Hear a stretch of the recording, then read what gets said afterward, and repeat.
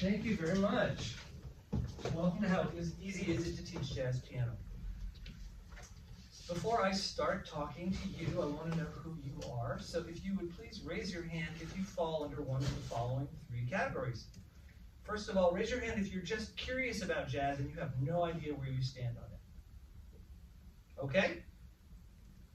Raise your hand if you're a jazz fan, but you're not a jazz player, and you would teach it if you could play it. Okay?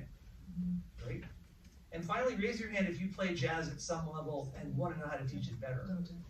Okay. Yeah. Good. So I've got a lot of people in here who know something about the music. That's terrific.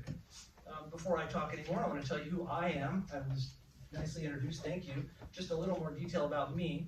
I began my career in music as a choral educator. So I taught chorus for 11 years in public schools. And so I learned basically a lot about pedagogy and how to educate people before I transferred to the piano. About 10 years ago, I started teaching the piano and applied a lot of the things I knew about teaching in general to the study of the piano, which gave me an interesting advantage. I also had a background in jazz, having played jazz for 30 years, and I started to teach jazz and classical to all of my students from the beginning. And that was 10 years ago. I have a studio of about 42 students now, and I teach them all, classical and jazz. And it's been an interesting thing to watch them grow and to continue to improve. And I want to talk to you a little bit about what I do and how I do it and how you might also do the same if you so choose. Now, I have to admit this is a bit of a trick when I said how easy is it to teach jazz piano. It is not easy to teach jazz piano. But then again, it's not easy to teach anything. The reason I titled it that was more to let you know that, the misconception is that not everyone can play jazz, that you either have it or you don't. Improvisation is some mysterious force in the universe.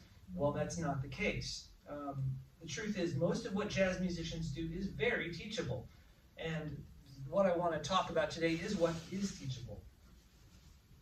Let's first talk about what's hard to teach in jazz, because there is something hard to teach, and it is the culture of jazz.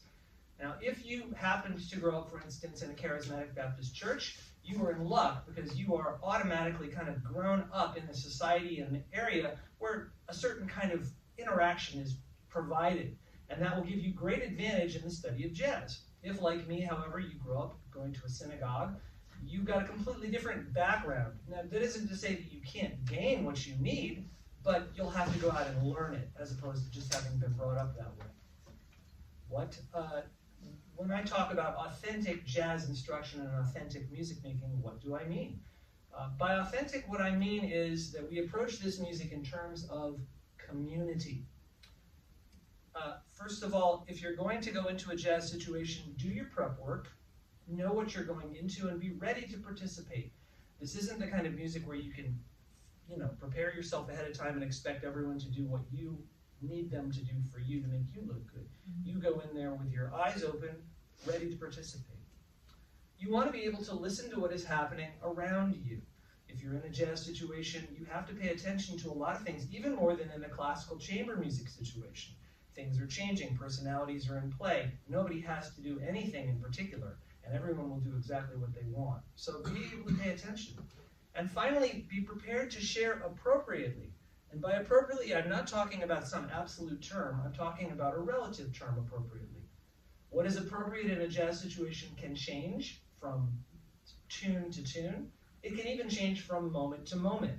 There may be a time in a tune where you're expected to show off, and there may be a time in a tune when you're expected to back off and be very simple. So be prepared to share appropriately.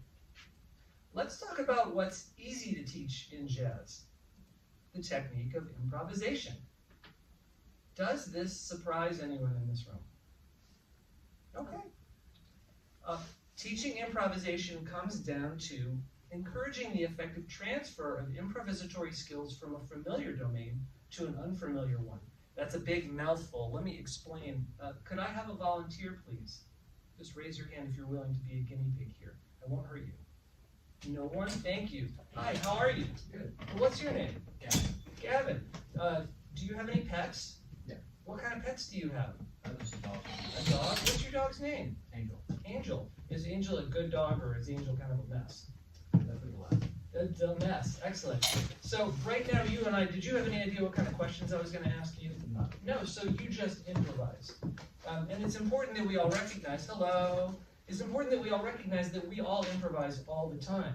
And it's not as if we have to learn how to improvise. What we need to do is learn how to take the skill of improvising and bring it to the piano. So what kind of improvisation happens in jazz? Well, in most jazz situations, you have the freedom to alter but not rewrite a melody upon which you're going to solo, change the feel of a tune, bossa, a swing, or a ballad, modify the harmonic structure of the accompaniment of a melody, or elaborate on a melody by soloing and supporting other soloists. I'll demonstrate all four of these for you right now, just in case you've never heard it before. You take a tune like Autumn Leaves.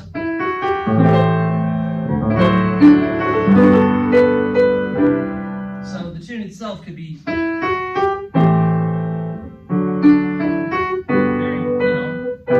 this is how it's written in a real book or sheet music, but you have the ability to alter the melody. You're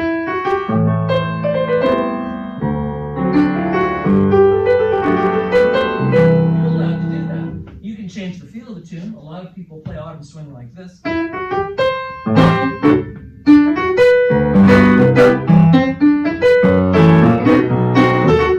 You can make it, a bossa.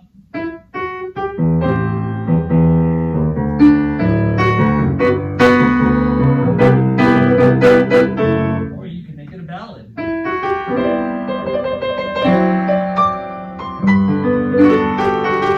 You're allowed to do all of those things.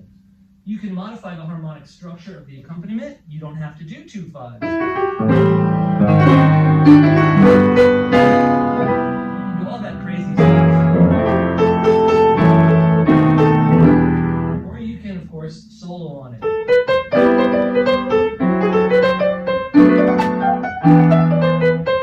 So all of these types of improvisation are allowed and expected. Let's talk about some of the principles of improvisation.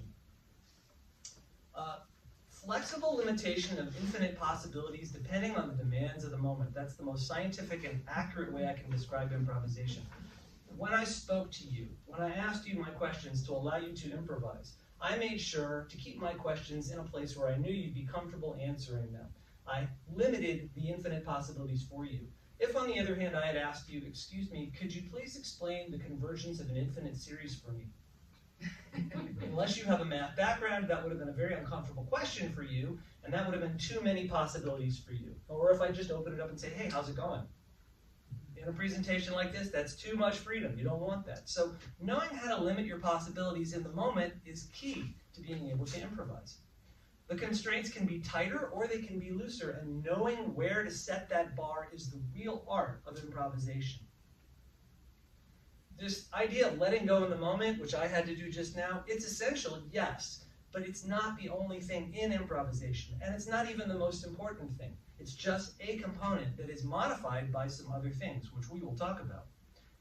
The skill of adjusting our constraints. Just as I adjusted the constraints for you in our conversation and made them nice and tight so you would be comfortable answering me, you do the same thing at the piano. You decide how much freedom you want in the moment. Do I want a lot of freedom? A little freedom? Do I need to watch myself because there's a pro over there who's going to yell at me if I make a mistake? Am I playing with students and I need to be careful for them? What are the constraints you want in the moment? So how do you teach this? Hi, come on in. You haven't missed much. Here's some general teaching principles I apply when I'm teaching anything, not just improvisation. First of all, you only introduce one concept at a time.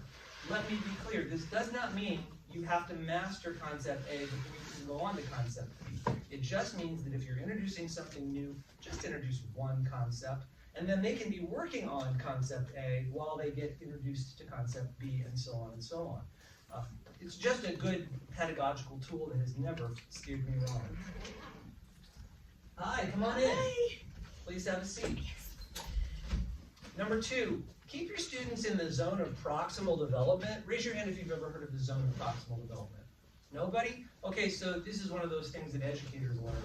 A guy named Vygotsky came up with this, and it's very useful. It's this place in which you learn the best. The zone of proximal development is a place where you're going to have to work some to learn something, but not so much that you get discouraged, and it's not so easy that you fall asleep. It's this perfect scaffolded place for you. You want to try to put your students, you're probably as teachers all familiar with that, you just didn't know it had a name.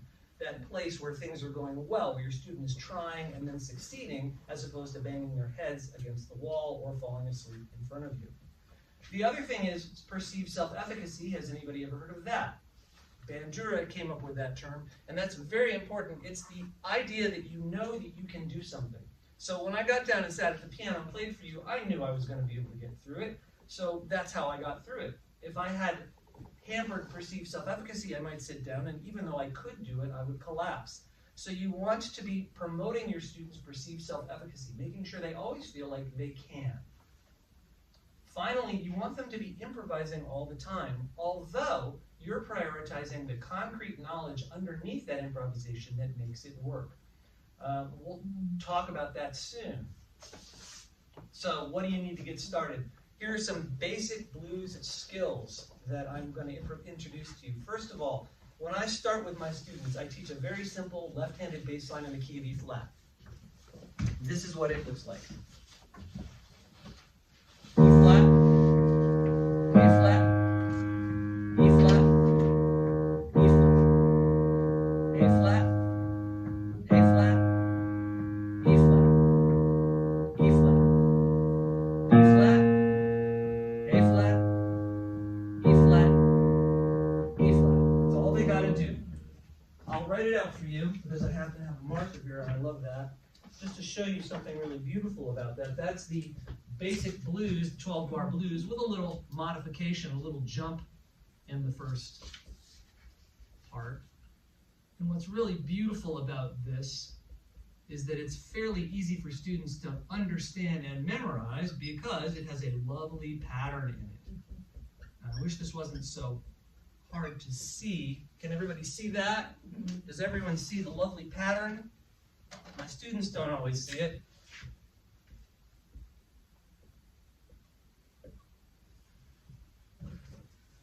Isn't that beautiful? One of each, and then the same thing every time. And that makes it very easy to learn this, even for 4 or 5-year-olds, if they can look at it. So that's the first thing I teach. And, you know, they can take it at their time. It doesn't have to be in a steady tempo right off the bat. Just learn this pattern. The next thing is you allow students to wander randomly on the black keys of the piano with their right hand. Just like this. They're allowed to do anything they want on the piano. You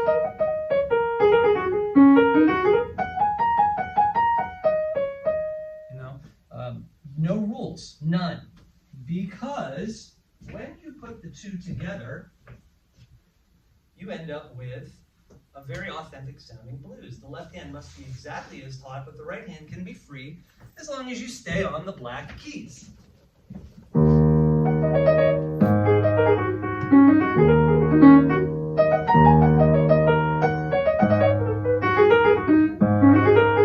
This is why, by the way, we start in the key of E flat, because you got this lovely pentatonic scale just sitting here for you, and it happens to be the right pentatonic scale for jazz.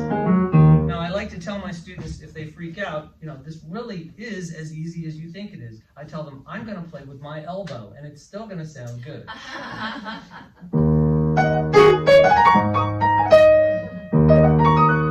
tell them, I'm going to play with my eyes closed. It's still going to sound good. You cannot mess this up. No way. And that's the point. Perceived self-efficacy. You cannot mess this up. Now, the left hand you can mess up, so that's what I want you to focus on. And that's where we start. We just say, make sure the left hand is perfect, and then, you know, just wiggle around in the right. And that's how we start with our basic blues on our journey into jazz. The first difficulty is getting the player to forget about the right hand and just let it go. And that's, you know, what we work on, and say, look, the right hand is really not important. I tell them, you know, the left hand is, you know, is the hotel, and the right hand is the conversation. And if you're in a hotel with someone, hang on just a second. Hello, come on in. if you're in a hotel with someone, if you're in a hotel lobby, right? If that hotel lobby is really, really beautiful with wonderful cushions and desserts everywhere and waiters asking you what you want, it doesn't matter what kind of conversation you have in that hotel lobby, you're going to have a good time, right? But if you're in a stinky hotel lobby with cockroaches crawling around and cracks in the pavement, it doesn't matter how interesting that conversation is, you're going to hate it. And that's what's happening here. The left hand is the hotel lobby. Or another way to put it, the left hand is the cake, the right hand is the icing. You think the icing is the important part because it's so pretty, but in fact, the cake is the important part. The icing just makes it look good. So, as I said, focus on the perfection of the left hand, and the right hand can do no harm. Once this mindset is established, it's actually good for any level of jazz attainment. This idea that the constraint you set for yourself allows the improvisation to go free is what the top level master players are thinking and doing. This is it. It's just a question of degree. Now, how old do you have to be to learn this? As I said, 4-year-olds. I teach them all the time. Is it tricky a little bit? Yeah. Do they get frustrated or confused? Yeah. Do their parents say, I don't understand any of this? Yeah. But they don't leave. You know, they continue to study with me, and then after a while, they get good at it, and we move on to something else. And adults, man, I've taught adults this in like 15, 20 minutes. It's really fun for them to find out that they can sound pretty good on the piano in 15 minutes. It's a lovely trick. It's a magic trick, right? I could take any of you. Would anyone like to try this magic trick? Anyone want to come play on the piano? Anyone who doesn't play jazz want to be a jazz musician? Anyone? No? Seriously? That's scary. Of course it's scary, but you can do it. You want to try? Come on over. Teach me to be late, right? Yeah, you have a seat, and all you got to do is just wiggle around with your right hand, please. Only your right hand. Only your right hand. On the black keys. And I got you.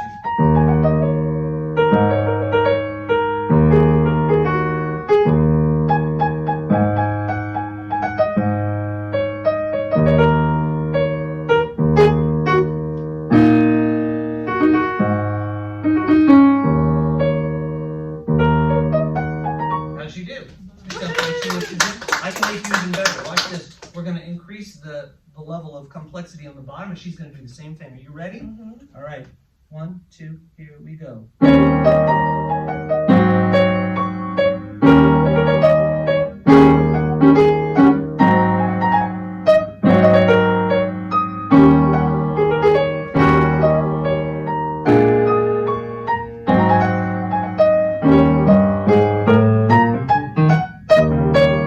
Yeah, she's getting better and better, right? Thank you so much. Thank you. That was awesome. Right, so the point is, if you know what you're doing with one hand, the other hand doesn't have to know what it's doing. You can just improvise. And you sound good and you feel confident. Now, does this mean that all solos are created equal? As good as that solo was it as good or as valid as Herbie Hancock's solo on Maiden Voyage? Well, okay, yes, there are degrees. But the point is that what you did was perfectly good in the moment. It was exactly what everybody in this room needed. It was wonderful, right? Yes, you can be more advanced, right? But there's no point in trying to teach that to the students. You don't need to turn them into Herbie Hancock right away. This is a problem which can be deferred until the students got the theoretical and technical background to study it. And to tell you the truth, I don't teach my students how to solo for the first 10 years. There's so many other things to learn, and all the while they're improvising and getting confident and letting go. If I have them say, okay, well, are you playing the ninth there? Are you making sure you go to the sharp 9? Then they start to freak out and they think about the right hand and it all falls apart. That's not what we want. We want them to always feel free and be focusing on what's really important, what's going on underneath. So for the rest of this PowerPoint, I have outlined, you don't need to take a picture, and I'm going to tell you why. I've outlined all the steps that I do, but I'm not going to go through them with you now because I want to save time for questions. Here's how you can get this. My website is right here.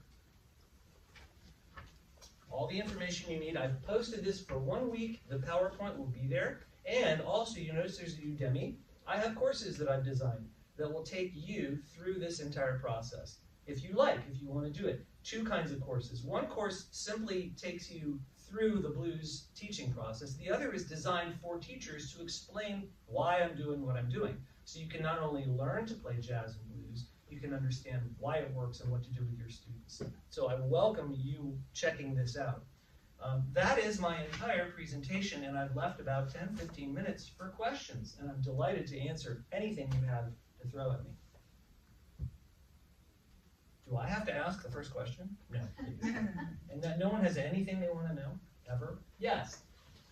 What would your first suggestion be for somebody who's exclusively trained on like classical and never done a lick of jazz?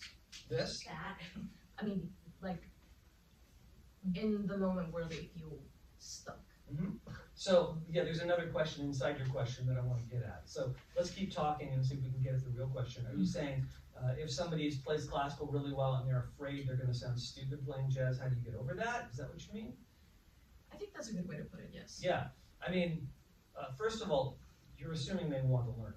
You're not going to grab a classical pianist and say, you're going to learn jazz, go sit down. Because they won't, you know. There's definitely a bias and a fear of improvisation, and the fear has been there for over 150 years, ever since improvisation went under the rug and nobody does it anymore. But, you know, assuming they want to play, you know, I would simply have a conversation with them and say, you know, it's been a long time since you felt like a beginner, and that's okay, and we're going to get through this. It's no big deal. Here, I'll show you that you can do this. You've got tons of piano skills that we can already apply to jazz. You already have a fantastic technique. You already have a fantastic practice ethic.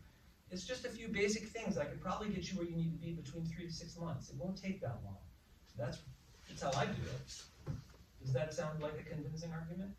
Yes? Yep. Okay. What else? I got a question. Yes. So, introducing preschoolers, 4-year-old, 5-year-olds to jazz. Yes. In particular. Mm-hmm. How would you go about that? I mean, I can, they first learn on black keys, so I get that, but if you're to sit down and say, so let's play some jazz, they don't know what jazz is. No, they don't. So what would be a suggestion to kind of introduce them to that? In other words, introduce them to the music or introduce them to how to play? Music and the math. Oh, okay, so this is what I do with my 4-year-olds. Okay. This is exactly what I do. I tell them, you know, first of all, I want you, like if it's the first lesson, I give them 2 assignments. And this is in addition to all the classical stuff. All the time we're teaching classical, please. We're learning how to read music. We're doing scales, everything. I just spend 10 minutes in a half-hour lesson on jazz every time. So, you know, I tell them, you know, just with your pinky, you're just going to play these notes. And if you have to, you know, stop and think, it's fine. You know, out of tempo is fine. Just learn how to play this pattern with your pinky. And just make up whatever you want on the black keys. I don't put it together in the first lesson. I just say, you know, do these 2 things. And then in the second lesson, if everything's going well and they can get through the 12-bar blues, then I say, put them together and see how it goes. And, you know, they may do something like this. This may be all they do. Some of them, even after studying with me for 9, 10 months or 2 years, sometimes still do that. I don't care. They're, you know, if that is the case, then I ask, you know, well, you know, your left hand is looking really solid. Can you do a little more? And then they do a little more. Can you wiggle in 2 places, 3? Or my favorite trick is just stop playing. This is the best thing you can teach anyone in jazz, is you can improve your solo 500% by just lifting your hand off the piano. I say, which one do you like better? Fancy solo with color, or this?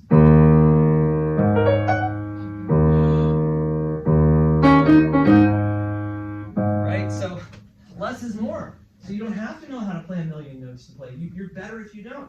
Lord help us, Count Basie, man, all he did. When I finally had to play a Count Basie tune with the Georgia State Jazz Ensemble, I was like, he's not doing anything. That's really hard. You know, so, good question. Yes? So I have a wonderful 7-year-old who he loves improvisation. His audiation is super high. And at his last recital, he improvised after his solo. My question now is, I'm getting him ready for like a federated event where you have to follow the music. How do we sort of rein it in? Like when you got somebody who's really great at that, I don't want to squash his ability to improvise and his desire to do it, but sometimes we also have to like stick to the notes on the page, and he's having trouble with that. Oh. Suggestions. So, in other words, you want to know how to use his strengths in particular. You're not just saying how to tell him, stop doing that, do this. Yeah. You want to know how to take advantage of the strengths he has. That's tough. My first thought is, make sure you don't take away that from him Right. and say, we're going to do this over here and it's very different. You have to follow instructions, but if you ever need a break, you have that other thing you're really good at. I have a student who I taught just yesterday, and he's I think he's differently abled in his mind. I think he's got some learning difficulties, but on the piano he's better than I am. He just blah, blah, blah, hears something on the radio and just he's special in that way. And he's been with me for a couple of years, and we've been working on his just learning how to read. He can do anything, but if you ask him to do something, he has a lot of trouble doing that. He's been with me 2-3 years, and he's been getting better. He can read music now. He's actually just like all my other students now in terms of his reading and scales ability. And he was getting frustrated because I asked him to do something in jazz that he was having trouble with, and I said, well, you can be king whenever you want. Go do your thing and be a genius, and then come back and do this. Some people never get to feel that genius thing. They just got to work hard all the time. At least you get to go off and be king sometimes. And he understood. So that's my first thought. I hope that's helpful. Yeah, I think he just feels like reading the music is okay before it, and he can make it better. So why wouldn't you make it better, right? Yeah. When you're 7, that's a thing. I don't know if he's too young to understand this, but I can tell you this about reading. You can tell him just what an incredibly powerful thing it is to be able to read, and how good you can get when you can read as opposed to when you can't. Like, for instance, if you can't read music, the only way you're going to learn a Chopin prelude is to listen to it. If you can learn it in 15 seconds. You can see the whole piece and get it just that fast. You say, imagine how much time you'll save. Imagine how good you'll be if you can just look at music and hear it in your head. You won't have to sit through a 3.5-minute piece to understand it. You just look it over and there it is. And then maybe show him some good classical pianists who are just killing it and say, would you like to be that good? Well, here are the steps. Yeah. Thank you. Yes? Why do you teach classical and jazz from the beginning? Why? Instead of one or the other? Instead of one or the other? Oh, because they complement each other. First of all, to just teach classical is great and all, but for the students to understand that there's something else besides following instructions, that there's something inside of them that they can express, when they get to their classical, then they automatically have the understanding that there's something inside of them that they're going to express. And also, automatically I'm teaching them about black keys. Right off the bat, they've learned 3 black keys. Right off the bat, they have an instinctive understanding of the pentatonic scale. So this is all theoretically sound stuff. And from the other angle, why would I teach jazz musicians classical music? Like I said, because reading and scales are vital. Classical music's amazing, and the skills you need in high-level jazz are classical skills. This improvisation thing is just the tip of the iceberg. Most of what you need to play really good jazz is solid, firm understanding of things you have to practice. And that's classical. So it all works really well together. Can I throw something out that Yeah. helps my nose? Especially ones with a great ear. And say, you have a gift that you can hear this and find it. So it's like this muscle is really, really big. So this would be like my husband's big, huge muscle. But if you can't read, the other one looks like mine. That's great. And they catch that. I said, I want you to be super strong on both because I see greatness in you. I love that. And they understand and I get a good laugh out of it. But it's true. That's really great. Yeah. I saw a question over here. Yes, so say I have some student who wants to start learning some jazz music and they've always been trained classical. Yes. How would you transition them to getting that swing feel like right in the pocket? Okay, swing. You just stepped into one of my pet peeves. There's an understanding of swing as this, as opposed to, but that ain't swing. So swing is this, it can be swing, but swing is a feeling. It's a momentary discomfort that is resolved and re-resolved on a regular basis. Swing could be me playing just behind the bass player.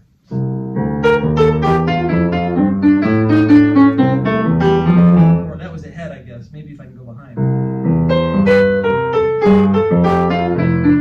So that's swing, You know, when you find that pocket, you want to try to get as close as you can to the beat, but you're not mechanically on it. You know, these jazz players who sometimes will play perfectly, like I used to try to do, right on the beat. Well, you know, you listen to, you know, some of these guys from the 1940s and 50s, that's not what they were doing. They were moving in and out of the tempo, moving in and out of the beat. And that sort of thing can only be discovered, first of all, if you have the freedom in your body to do that. So if you're trained to always be in the box, which even great classical players are not, but if you're trained to be in the box, you have to free yourself to get out of that box. So this kind of thing frees the body up for that. And then when you want to learn to swing, well, you spend your life listening to players, and you talk to people who know how to do it. You tell them, you know, you don't need to stay right with the drummer. Let the drummer be, and you can be a little behind the drummer or a little ahead of the drummer. Be flexible and listen. Start to listen. I think I'm talking too much, but I think to sum it up, if you can hear swing, you can start to understand how to do it. So you have to show them where it is and what to find. It's a great question. What's a composer you would recommend listening to? A jazz composer? Well, Louis Armstrong first and foremost, because every music you love changed because of Louis Armstrong.